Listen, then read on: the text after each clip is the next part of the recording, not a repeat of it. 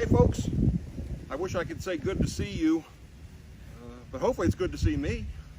And I know soon enough we'll be able to be back together again and see each other, and I know we're all looking forward to that. But until then, let's keep praying for each other. I think the most powerful thing we can be doing right now is praying. Praying for each other and praying for those who are sick and hurting, those who have lost people. We need to keep praying for our world. And there's just nothing we can be doing right now more powerful than taking times throughout the day and just stopping and praying. And then as you're going throughout your day, just keep that mindset of prayer going. It's powerful, and I want to encourage you to do that. I'm coming to you today because it's Holy Week. This is the time of year where we remember those last events in the final week of Jesus' life before he went to be crucified and then ultimately was raised from the dead. We call this in church history Holy Week. It's also very commonly called the Passion of Christ. And it sounds a little different for us because we never use that word passion like this. We use the word passion to describe some kind of strong emotion. Sometimes it's an overwhelming or even uncontrollable emotion that someone can have. A passion can be someone who has a passion for fishing or a passion for reading. And sometimes it's even used in a negative way. We would call something maybe a crime of passion. That's how we typically use the word, but historically it meant something different. It meant to suffer. It meant to endure through suffering. And so when we think about the Passion of Christ, what we're remembering is all the suffering that Jesus endured through his final week on earth. But there's a deeper and more historical way to think about that word passion that I think gives us an angle on this final week of Christ's life that we need, that I think makes it even more beautiful and more special. I was reading about it by a guy named Ronald Rolheiser in his book, The Passion of Christ. And what Rolheiser says is that the Latin roots for this word passion is a passive word. In other words, the suffering is happening to the person, sort of, they're absorbing something that's happening to them. They're passive in their suffering.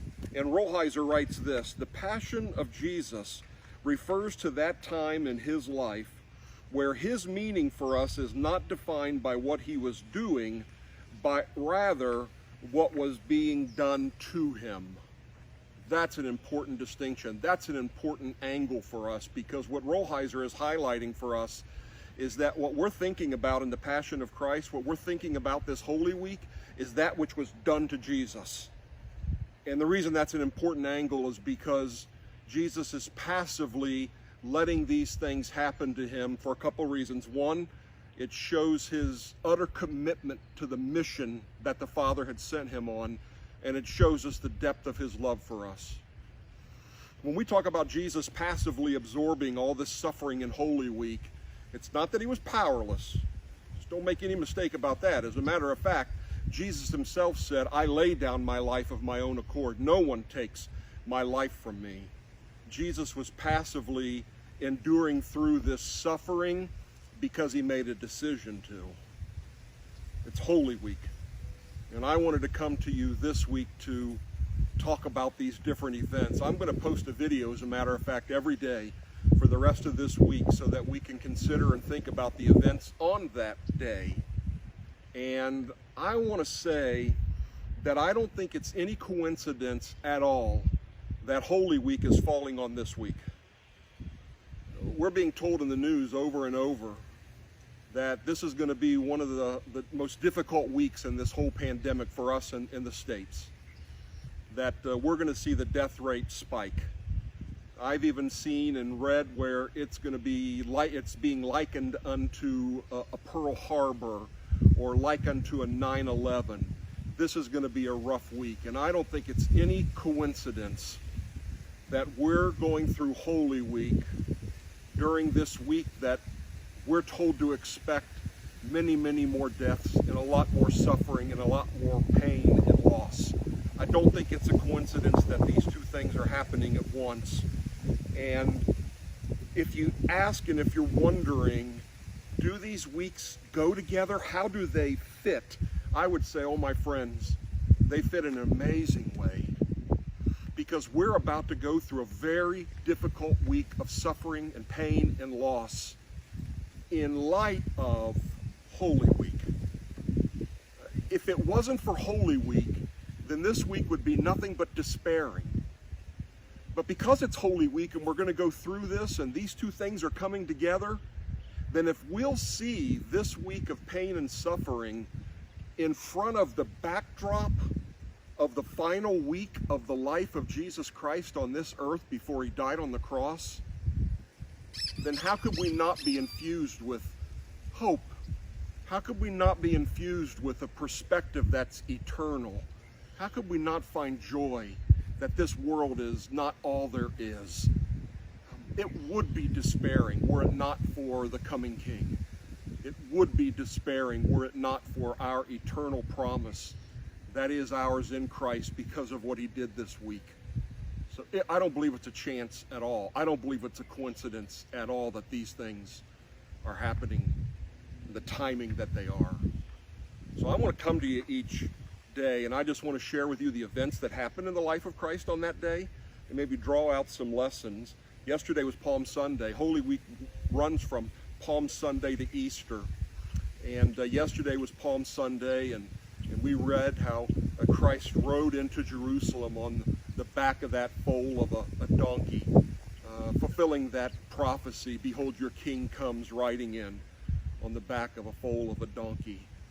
And we're told in the scriptures that when he got into Jerusalem, he and his 12 apostles went into the temple just to look around. And after looking around, it was late, and they left Jerusalem, and they walked just under 2 miles or so to a town called Bethany, where they stayed the night.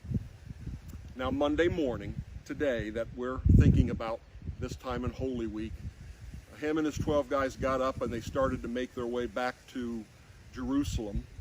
And the text tells us that as they were making their way back to Jerusalem, Jesus was hungry, and he looked and he saw a fig tree.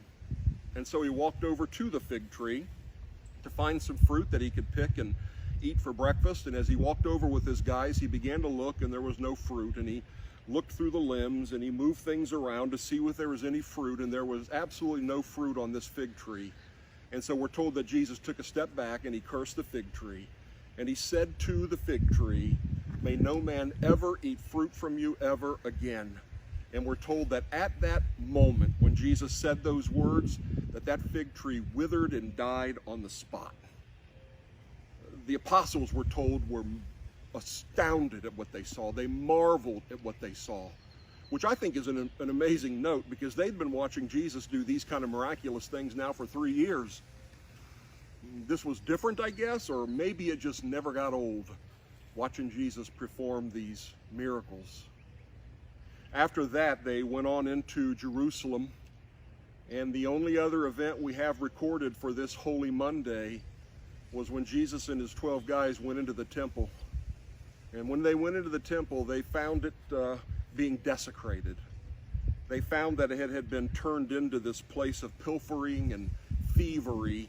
There were money changers, we're told, and they were gouging people in the exchange rate of money.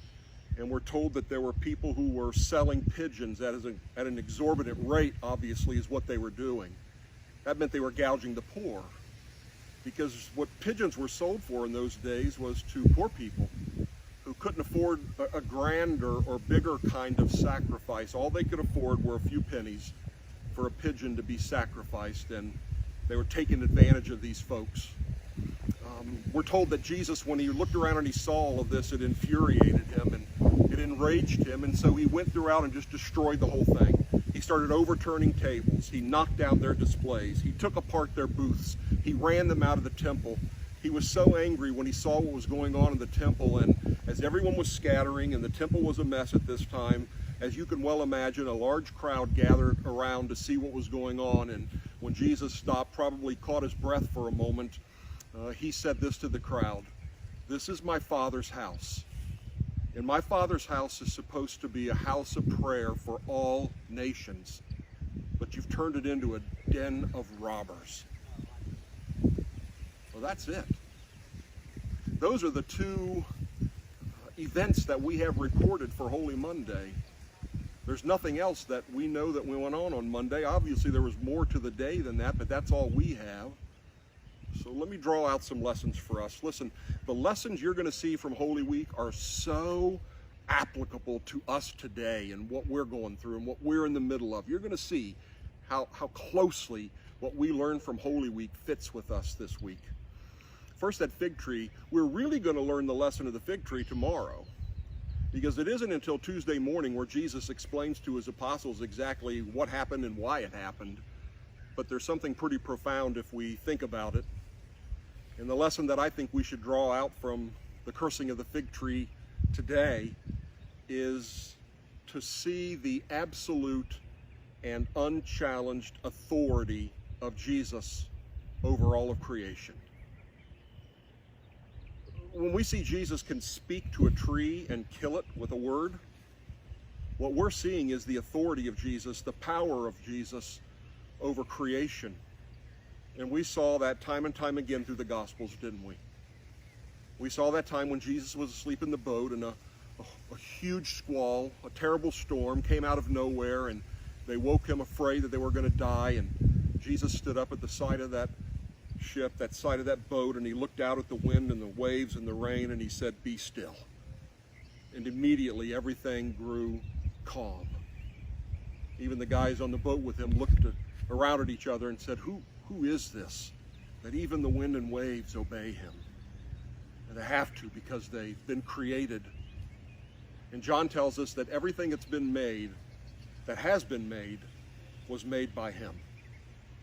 Paul tells us that from him and through him and to him are all things. And Jesus himself said that his Father had handed all authority in heaven and on earth to him. Jesus has all authority and power over all creation. And isn't it good to be reminded of that this week in the midst of this international crisis, that our Lord is Lord of creation. Our Lord is reigning over the coronavirus. We saw all through the Gospels that he reigned over leprosy. He reigned over sight, the spoken word, and over ears. He reigned over those who were lame and couldn't walk. He reigned over all of this. He even stood at the tomb of Lazarus that time. Lazarus, who'd been in that tomb dead for 4 days, and he said, "Come forth, Lazarus." And Lazarus's heart that had been dead for 4 days began to beat. And the blood that had stopped in his veins began to warmly course through his body again. And he got up. And he looked at the fig tree and said, "Die." And the fig tree died. Jesus is Lord over life. He's Lord over death. He's Lord over everything. He reigns. And all we need that message today, that Jesus is reigning and Lord over this crisis. Now, I know what comes to our minds usually when we think about suffering and pain and Jesus being in control is why. That's sort of our default question, isn't it? Why? Then why, if he's in charge of this, why is this going on? And listen, I'm not coming to you today with any of those kind of answers. Those are deep, mysterious kinds of things that I don't even tread. Those things are too great for me. Those secret things belong to the Lord, is what the Bible tells us. I've never believed, though, that why is even the right question. I don't think it's the best question to ask during suffering. I think if we found out why, I think if God came and told us why we were suffering and in pain and experiencing all this loss, it wouldn't be satisfying, I don't think. I don't think that's the right question. I think questions like what are the right question to ask during times of suffering. What do you want me to do, Lord, in this? What do you want me to say and do as your ambassador on this earth during this time of crisis? And I think the question how is a good one to ask. How should I be? It's like Peter asked when he talked about the end times, what sort of people ought you to be then? And that's what we want to ask is the Lord is how should I be? How should I love during this time? How should I serve?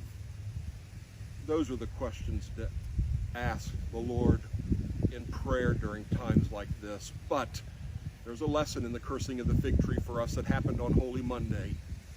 Our God is in control. Don't forget it. And when he went in and tore that temple apart, well, there's something there. there's something there big for us, because what Jesus said was, you guys have turned this place into a den of robbers. This is my Father's house. This is where my Father dwells. And where he dwells is to be a dwelling of prayer. Where he lives is to be a house of prayer. The lesson?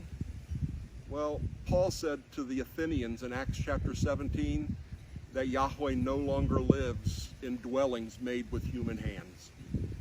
Our God no longer dwells or lives in a location, no longer in a building. He no longer has a place where he lives. Paul wrote to the Corinthians that you, Christian, you, believers, are the temple of the living God.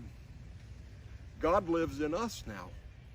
He doesn't live in man-made structures. He lives in God-created, born-again human beings.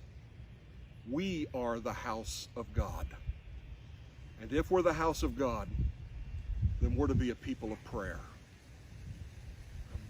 Where he dwells, he wants to be a place of prayer. And you know, Jesus, he showed us that prayer was probably the most important thing to him during his entire life on this earth. Especially we see it in those 3 years of his ministry. It seemed like nothing was more important to Jesus than prayer.